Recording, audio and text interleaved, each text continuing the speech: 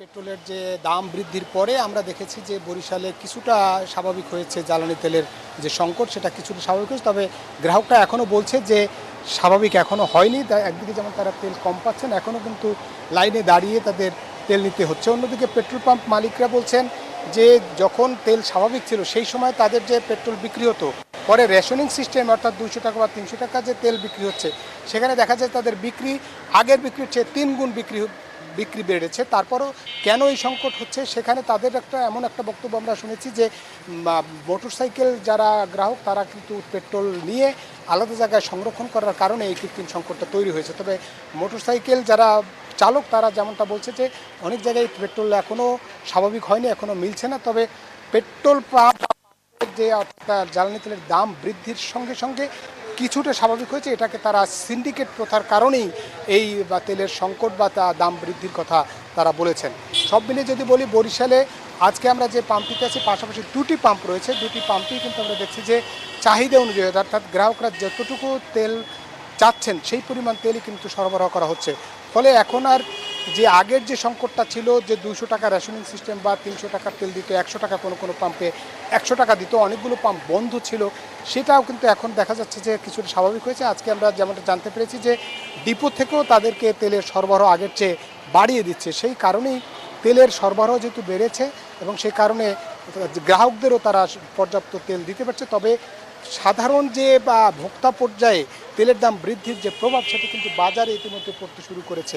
গণপরিবহনে যেমন ভাড়া বেড়েছে এবং এই ভাড়া নিয়ন্ত্রণ বা এবং যতটুকু তেলের দাম বেড়েছে সেই পরিমাণ যেন ভাড়া বাড়ানো হয় তেমনটা দাবি করেছেন। তবে আমরা যেমনটা জানতে পেরেছি যে এখন পর্যন্ত বাস ভাড়া বা গণপরিবহনের ভাড়া কিছুটা বাড়লেও অন্য কোনো ইসে বা প্রভাব এখনও পড়েনি। তবে নিত্যপণ্যের বাজারেও কিন্তু এই তেলের যে অর্থাৎ জ্বালানি তেলের যে মূল্য বৃদ্ধির এর প্রভাব কিন্তু পড়বে, এমনটাই আশঙ্কা করছে সাধারণ মানুষ। আজকে আমরা পেট্রোল পাম্পগুলোতে দেখছি যে আগের মতো দীর্ঘ লাইন নেই, এখন মোটামুটি স্বাভাবিক হয়েছে। এবং এখন আমরা দেখতে পাচ্ছি যে যদি ক্যামেরার চোখে দেখায় যে চাহিদা অনুযায়ী অর্থাৎ যিনি পেট্রোল নিচ্ছেন বা অকটেন নিচ্ছেন তিনি কিন্তু চাইলে 1000 বা 1500 টাকারও পেট্রোল অকটেন নিতে পারছেন। এবং ডিজেল যারা গণপরিবহনে ডিজেল নিচ্ছেন তারাও কিন্তু তাদের চাহিদা অনুযায়ী কিন্তু তারা নিতে পারছেন। ফলে স্বাভাবিক অবস্থায় ফেরা শুরু করেছে এবং পেট্রোল পাম্প কর্তৃপক্ষ বলছে যে আর একটা সপ্তাহ গেলে এই পরিস্থিতি আরও স্বাভাবিক হবে এবং তখন কিন্তু আমরা আরও স্বাভাবিক হবে এবং মানুষের যে দুর্ভোগ সেটি লাঘব হবে। তবে এখনও কিন্তু গ্রাহকরা বলছে যে এখনও তাদের দুর্ভোগ কমেনি, সেই দুর্ভোগ কমবে এমনটাই তারা প্রত্যাশা করছেন। এই ছিল বরিশাল থেকে আমার কাছে জ্বালানি তেলের মূল্য বৃদ্ধি এবং তারপরেও যে দুর্ভোগ রয়েছে তার সবশেষ তথ্য। একই তথ্য জানতে যাব নারায়ণগঞ্জে, সেখানে আছে আমাদের সহকর্মী শরীফ। নারায়ণগঞ্জে কেমন অবস্থা দেখছেন? পেট্রোল পাম্পগুলোতে এখনও দীর্ঘ লাইন রয়েছে কিনা, কি বলছে গ্রাহকরা, কি বলছে পেট্রোল পাম্প মালিকরা?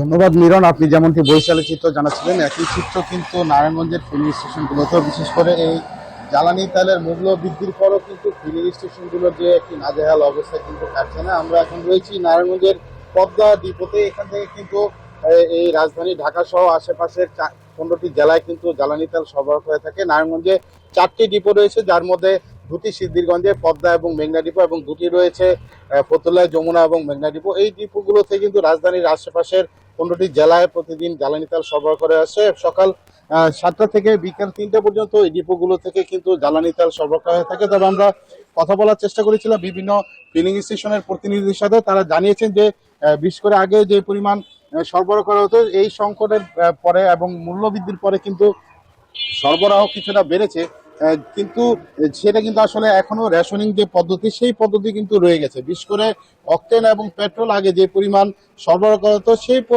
পরিসংখ্যান কিন্তু কিছুটা বেড়েছে, কিন্তু সেটা বাড়লেও কিন্তু সেই সংকট কাটার জন্য বা যে একটা ব্যক্তিগত যানবাহন চালকদের যে চাপ বেড়েছে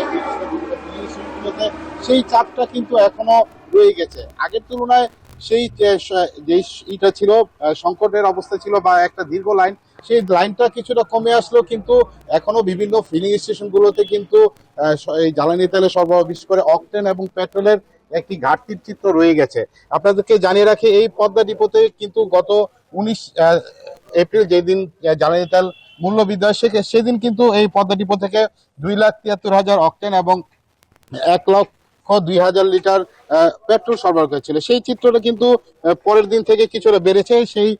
এই ডিপো থেকেই 20 এপ্রিল থেকে 3 লাখের উপরে অক্টেন এবং 1 লাখের উপরে পেট্রোল সরবরাহ করা হচ্ছে। কিন্তু সেটা কিন্তু ফিলিং স্টেশনের যারা প্রতিনিধি রয়েছেন তারা বলছেন সেটা কিন্তু আসলে পর্যাপ্ত হচ্ছে না, যে কারণে কিন্তু বিভিন্ন ফিলিং স্টেশনগুলোতে কিন্তু জ্বালানি তেলের একটি সংকটময় চিত্র কিন্তু রয়ে গেছে এবং বিভিন্ন যার ব্যক্তিগত যানবাহনের চালক রয়েছেন তারা বলছেন যে তারা কিন্তু এই দীর্ঘ সময় এখনো এই জ্বালানি তেলের মূল্য বৃদ্ধির কারণে কিন্তু দীর্ঘ সময় তারা তারা তারা কিন্তু এখনো এই এই বিভিন্ন ফিলিং স্টেশনগুলোতে কিন্তু একই চিত্র রয়ে গেছে, যে কারণে ডিপো থেকে সরবরাহ বাড়লেও কিন্তু সেটি পর্যাপ্ত হচ্ছে না। এবং তারা বলছেন যে বিভিন্ন ফিলিং স্টেশন তারা বলছেন যে রেশনিং যে পদ্ধতি সেটা বাতিল করে যাতে ডিপো থেকে জ্বালানি তেল সরবরাহ স্বাভাবিক করা হয়। তো নারায়ণগঞ্জের পদ্মা ডিপো থেকে আমাদের ছিল এই সর্বশেষ। একই খবর জানতে আমরা চলে যাব রাজধানীতে আমাদের সহকর্মী জাহিদ শিহাবের কাছে।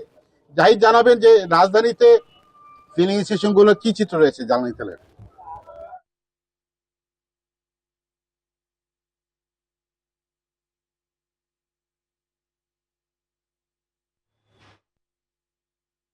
এই মুহূর্তে রয়েছি বাংলা মোটরের যেই মেঘনা ফিলিং স্টেশনটি রয়েছে সেখানে, এবং সেখানে আমরা দেখতে পাচ্ছি যে আমার ঠিক পেছনে মানুষের কিন্তু লম্বা সারি কিন্তু এখনও রয়েছে। যদিও ধারণা করা হয়েছিল যে জ্বালানির যেই দাম সেই দাম বৃদ্ধি করা হলে এই যে মানুষের দীর্ঘ সারি যেই ভোগান্তি সেটি কমে আসবে, কিন্তু সেই ক্ষেত্রে দেখা যাচ্ছে যে আসলে দাম বৃদ্ধি ঠিকই হয়েছে কিন্তু মানুষের যেই দুর্ভোগ সেটি কিন্তু এখনও লাঘব হয়নি। এবং সাধারণ মানুষের যারা এখানে পাম্পে জ্বালানি নিতে আসছেন তাদের সঙ্গে আমরা কথা বলেছি, তারা কিন্তু অনেকেই রয়েছেন যে ভোরে এসে এখানে লাইনে দাঁড়িয়েছেন, লম্বা 3 ঘন্টাও অনেকে অপেক্ষা করছেন, 4 ঘন্টা অপেক্ষা করছেন, কিন্তু তাদের সময় অনুযায়ী তারা যেই তাদের জ্বালানি পাওয়ার কথা সেটি আসলে তারা পাচ্ছেন না। আর আমরা যেই পাম্পটিতে রয়েছি সেখানে কিন্তু ফুয়েল পাস ছাড়া আসলে কাউকেই জ্বালানি সরবরাহ করা হচ্ছে না, এবং বলা হয়েছে যে এই জায়গাটি থেকে শুধুমাত্র যারা ফুয়েল পাস রয়েছে যার QR কোড যাচাইয়ের মাধ্যমেই তাদেরকে তেল প্রদান করা হবে, এবং সেটি কিন্তু আমরা সকাল থেকেই দেখেছি তারা পালন করছেন বিষয়টি।